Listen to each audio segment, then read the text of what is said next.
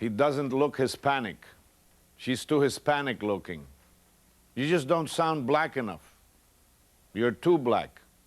An Asian actor? I'm afraid he wouldn't be the right type.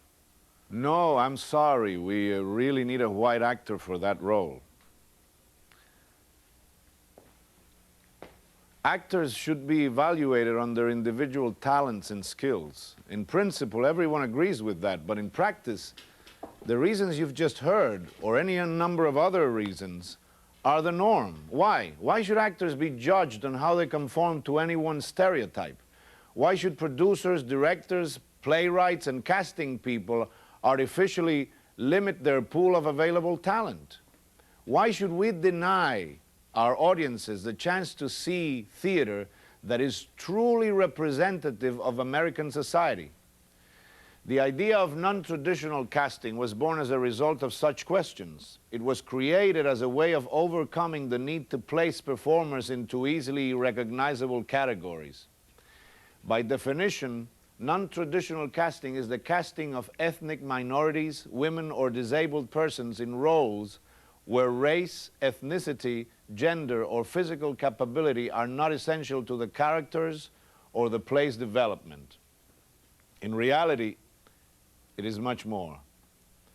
It is allowing an actor to prove him or herself regardless of his or her supposed type.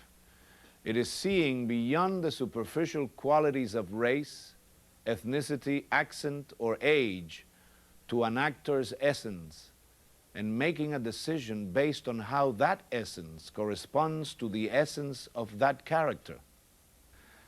Hello, I'm Raul Julia. Throughout my career, I've had the good fortune to be evaluated solely on the basis of my talent. Although I'm from Puerto Rico, I've managed to avoid being locked into portraying stereotypical characters because of the far-sightedness of people such as Joseph Papp, Ted Mann, Robert Whitehead. I've played such roles as a middle-class British literary agent in Harold Pinter's Betrayal, an Oxford student in Where's Charlie, a Bulgarian officer in Arms and the Man, and a great variety of Shakespearean roles. You could say I've been benefiting from non-traditional casting long before anyone called it that. But unfortunately, I've been an exception. There is a wealth of talent in the ethnic acting communities that deserves to have the opportunities I've had.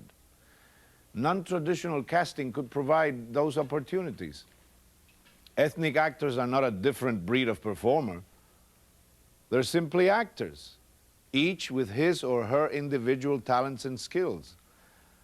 Of course, no actor is right for every role, and there are roles where an actor's ethnic background or race or gender precludes him or her from being considered. But these roles are by far the minority of characters that come to life on our stages. The scenes on this videotape, staged with minimal sets and props, demonstrate a variety of ways to creatively include an ethnic presence in the theater. They were selected from the 18 scenes that were presented as part of the first National Symposium on Non-Traditional Casting. It was held in November 1986 at the Schubert Theater on Broadway. All the characters portrayed in these scenes are traditionally played by non-ethnic actors. There's no limit to the roles ethnic actors can perform when they are allowed to participate as individual artists first.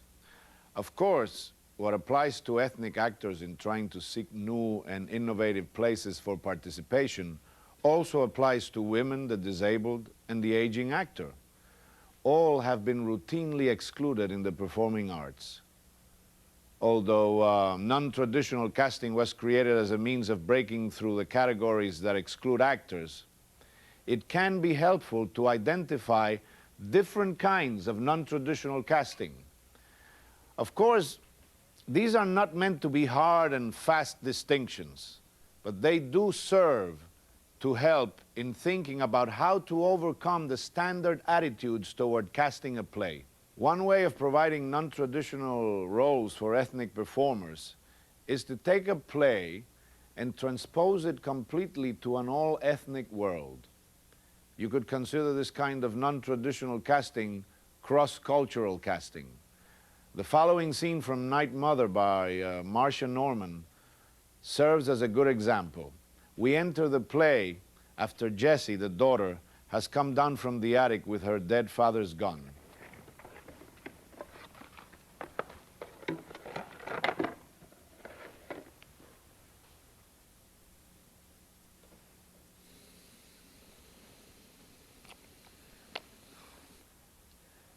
I should have got you to bring down that milk can. Agnes Fletcher sold hers to somebody with a flea market for $40. I'll go back and get it in a minute. There's a wagon wheel up there, too. There's even a churn. I'll get it all if you want. What are you doing? The barrel has to be clean, Mama. Old powder and dust gets in it. What for? I told you.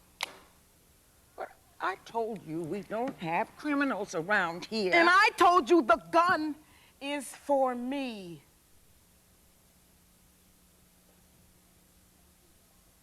Well, you can have it if you want. When I die, it'll all be yours anyway. I'm gonna kill myself, Mama. Very funny. Very funny. I am. You are not, Jessie. Don't even say such a thing. Well, how would you know it if I didn't say it? You want it to be a surprise? You're lying there in your bed, or maybe just brushing your teeth and hear this noise down the hall. Kill yourself? Shoot myself in a couple of hours. It must be time for your medicine. I took it already. What is the matter with you? Not a thing. I feel fine. You feel fine and you're just gonna kill yourself? I waited till I felt good enough, in fact. Don't joke with me, Jessie. I'm too old for jokes. This is not a joke, Mama.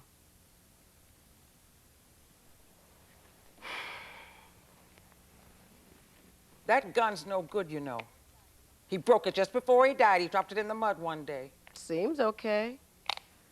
I had Cecil's already in there, just in case I couldn't find this one. But I'd rather use Daddy's. Those bullets are at least 15 years old.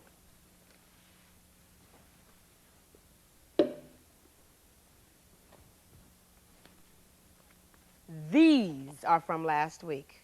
Where'd you get those? Feed store Dawson told me about. Dawson? I told him I was worried about prowlers. He said he thought it was a good idea. He told me what kind to ask for. No. If he had any idea. He took it as a compliment. He thought I might be taking an interest in things. He got through telling me all about the bullets, and then he said we ought to talk like this more often. Where was I while all this was going on? On the phone with Agnes about the milk can, I guess. Anyway, I asked Dawson if he thought they'd send me some bullets, and he said he just called for me because he knew they would send him if he told them to, and he's absolutely right. Here they are. How could he do that? Just trying to help, Mama. And I told you where the gun was. See? Everybody doing what they can. But you told me it was for protection. It is. I'm still gonna do your nails, though. You wanna try that new China berry color? No, I'm gonna call Dawson and see what he has to say about this little stunt. Dawson doesn't have any more to do with this. He's your brother. And that's all. He will put a stop to this. You'll see he'll take that gun away. If you call him, I'll just have to do it before he gets here. As soon as you hang up that phone, I'll walk in the bedroom and lock the door. You will not, Jessie. That's crazy talk. Dawson will get here just in time to help you clean up. Go ahead, call him. Then call the police, and then call the funeral home. Then call Loretta and see if she'll do your nails. I said no. This is private. Dawson is not invited. Just me? When actors are cast without any regard for their ethnic or racial background, when the best actor gets the role, that can be described as colorblind casting.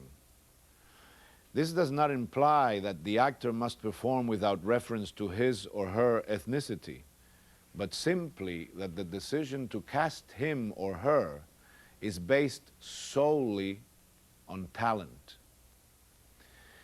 Ethnic actors, for example, are often excluded from consideration for classic plays because casting decision makers believe that they are unable to handle the demands of formal speech or that there has to be special reasons for including them. This scene from Oscar Wilde's The Importance of Being Earnest, when Cecily and Gwendolen discover they are engaged to the same person, not only demonstrates the effectiveness of colorblind casting, but also shows clearly that the classics are no problem to any well-trained actor.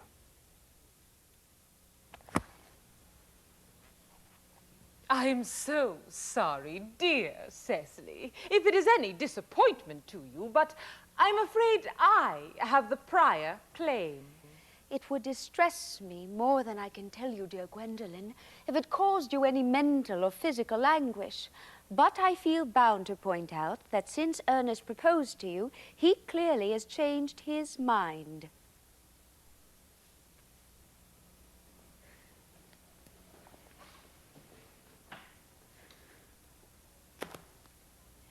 If the poor boy has been entrapped into any foolish promise, I shall consider it my duty to rescue him at once, and with a firm hand. Whatever unfortunate entanglement my dear boy may have got into, I will never reproach him with it after we are married. Do you allude to me, Miss Cardew, as an entanglement? You are presumptuous. On an occasion of this kind, it becomes more than a moral duty to speak one's mind. It becomes a pleasure. Do you suggest, Miss Fairfax, that I entrapped Ernest into an engagement? How dare you? This is no time to be wearing the shallow mask of manners. When I see a spade, I call it a spade. I am glad to say that I have never seen a spade. It is obvious that our social spheres have been widely different.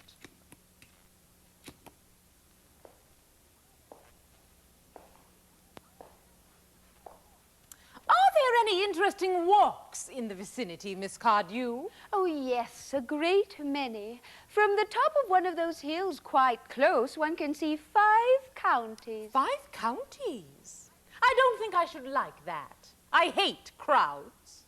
I suppose that's why you live in town.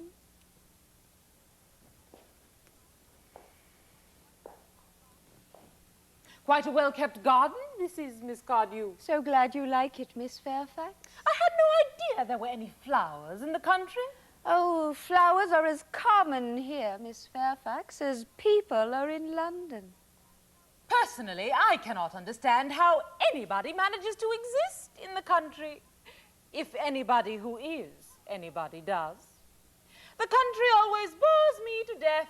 Oh, this is what the newspapers call agricultural depression, is it not?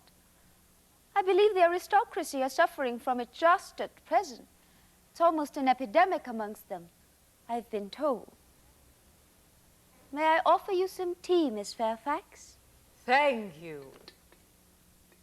Detestable girl. But I require tea. Sugar? No, thank you. Sugar is not fashionable anymore. Cake or bread and butter? Bread and butter, please. Cake is rarely seen in the best homes nowadays.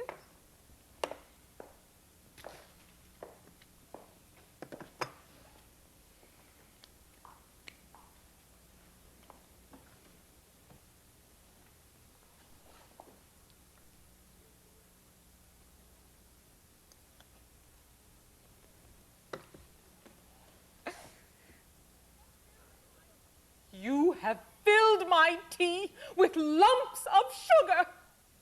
And though I asked most distinctly for bread and butter, you have given me cake.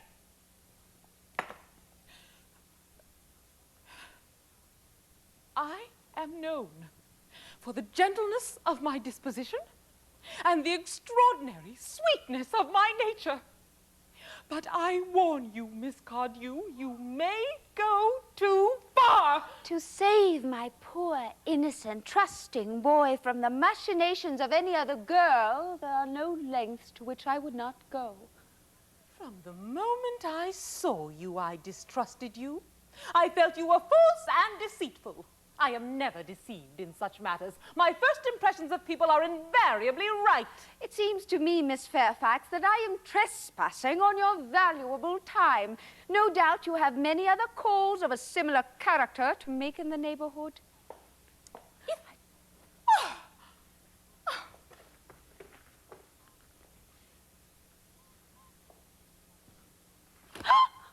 The majority of American plays are peopled with characters that could come from any ethnic background or racial background. Doctors, mail carriers, shoe salesmen, poets, policemen. From walk-ons to leading roles, what is important is not where they come from, but what they do. Societal casting is achieved when ethnic people are cast in roles representative of the infinite variety of ways they function in our society. In this scene from The Musical Company by Stephen Sondheim and George Firth, we have applied the concept of societal casting to its fullest. Phew! We already gay. Oh, I see you all had a few while I was dancing. Larry, what the hell was all of that carrying on? What was that? Shocking. Oh, sir, trois encore, s'il vous. I asked you to dance. I only dance when you can touch. Really, I find it absolutely humiliating to see my own husband standing, bumping, sashaying around the floor as if he were Ann Miller.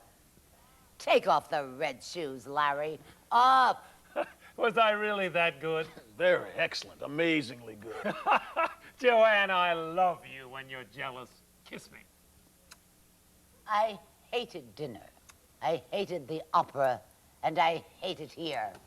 What we need is another drink, and look at poor Robbie, how desperately he needs another drink. Oh, sir, 2 bourbons and a vodka stinger. Do you know that we are suddenly at an age where we are too young for the old people and too old for the young ones? We're nowhere. I think we'd better drink to us, the generation gap. We are the generation gap. Are they staring at me? Well, let them. Let them, those broads. What else have they got to do? All dressed up and no place to go. What time is it? In real life? Will someone bring us another drink? Oh, you did. So aggressive.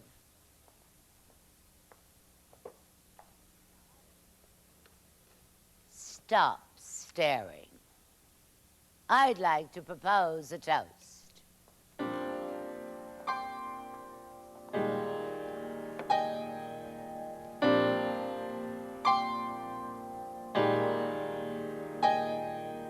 Here's to the ladies who lunch. Everybody laugh. Lounging in their caftans and planning a brunch on their own behalf. Off to the gym, then to a fitting, claiming they're fat and looking grim, 'cause they've been sitting, choosing a hat. Does anyone still wear a hat? I'll drink to that. And here's to the girls who say smart. Aren't they a gas? Rushing to their classes in optical art, wishing it would pass. Another long, exhausting day, another $1,000, a matinee, a pin to play, perhaps a piece of Mahler's. I'll drink to that. And one for Mahler. And here's to the girls who play wife. Aren't they too much? Keeping house and clutching a copy of life just to keep in touch. The ones who follow the rules and meet themselves at the schools, too busy to know that they're fools. Aren't they a gem? I'll drink to them.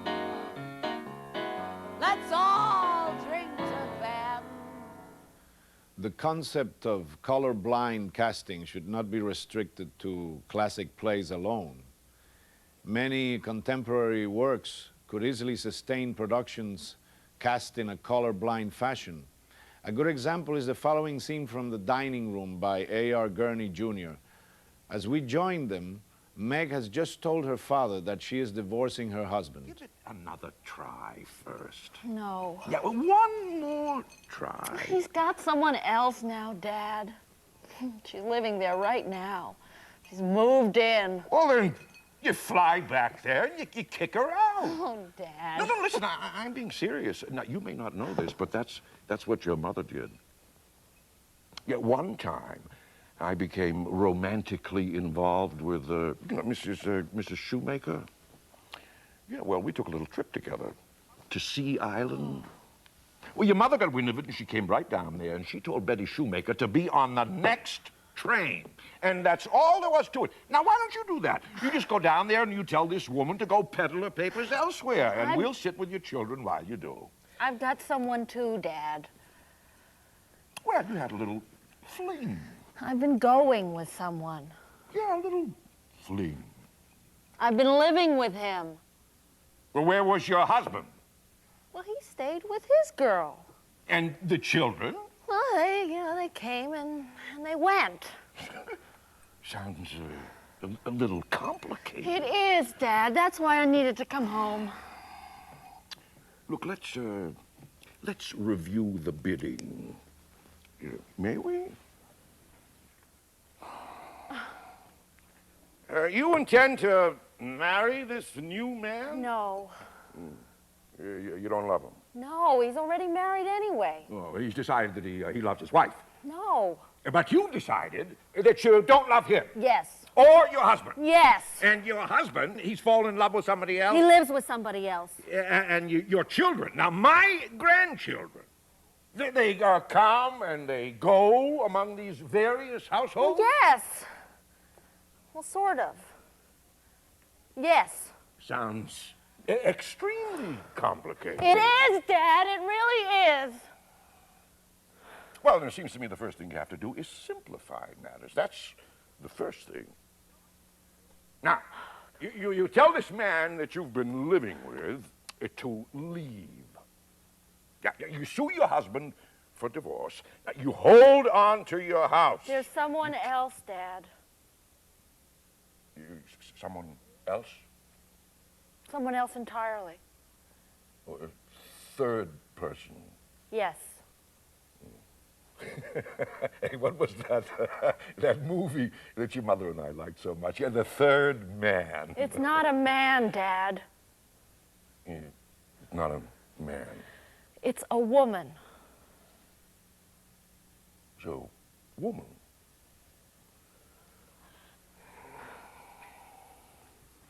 I've been involved with a woman, Dad, but it's not working, and I don't know who I am, and I just want to touch base, Daddy. I want to be here. You know, I think I'm going to get a repair. Would you like a repair? Now, I'll just take both these glasses and I'll get us both repaired. Sometimes the casting of an ethnic actor in a specific role can bring dimensions to the character that otherwise would not be revealed. When a director consciously decides to cast certain characters non-traditionally in order to enhance a play, that could be called conceptual casting. This brief scene from The Cherry Orchard by Anton Chekhov exemplifies conceptual casting. So beautiful out today. Yes. The weather's glorious. What have you done to me, Petya? Why have I stopped loving the cherry orchard as I did before? I loved it so much. I thought there wasn't a place in the world more beautiful than our orchard. All Russia is our orchard. The world is wide and wonderful and full of marvelous places. Think of it, Anya. Your grandfather, your great-grandfather, all your family, all the way back, they owned slaves. Living souls. Can you hear them? Do you hear their voices? Can't you feel human beings looking at you from every tree in the orchard? To own living souls has perverted all of you, your whole family, your ancestors and those that are living now, so that your mother and your uncle and even you don't realize it, but you're debtors. Your lives are being lived at the expense of others, at the expense of those you wouldn't even let inside your house. We in Russia are at least 200 years behind the times. We've learned nothing yet. We're not even capable of judging our past. We only know how to philosophize, how to complain of ennui or drink vodka. But it's clear. Before we can begin to live in the present, we must first redeem our past. We must make a break with it. And that can only be done by suffering and by work, by tremendous, unrelenting work. Understand that, Anya. For a long time now, our house hasn't really been our house. And I'm going to leave it. I swear I will. I'll leave it. If you have the keys to the house, take them and throw them down the well. Leave. Be free as the wind. You said that so well. Believe me. Believe me, Anya. I'm not 30 yet. I'm still a student. But I've already suffered so much. In the winter, I'm starved. I'm sick, I'm anxious, I'm poor as a beggar. Where haven't I been? Where hasn't fate thrown me? But still, at every moment, day or night, my soul is filled with an incredible happiness. Oh, I feel happiness coming. I already glimpse it. The moon is rising. Where are you? Yes, the moon is rising. It's here. Happiness. It's coming closer and closer. I can almost hear it. And what does it matter if we don't see it? What does it matter if we don't recognize it when it comes? Others will see it. Where are you? Varya, again? This is torture. Never mind her. Let's run down to the river. It's so beautiful down there. Yes. Let's go. You have just watched, each benefiting from non-traditional casting, a classic comedy, a classic drama, a contemporary drama, comedy, and musical. At no time did these scenes lose their strength and originality because of the participation of ethnic actors. If anything, the scenes gained a greater depth and variety. Their texts were not altered. If ethnic actors were allowed to compete fully for roles such as the ones you have just seen, our theater as a whole would benefit.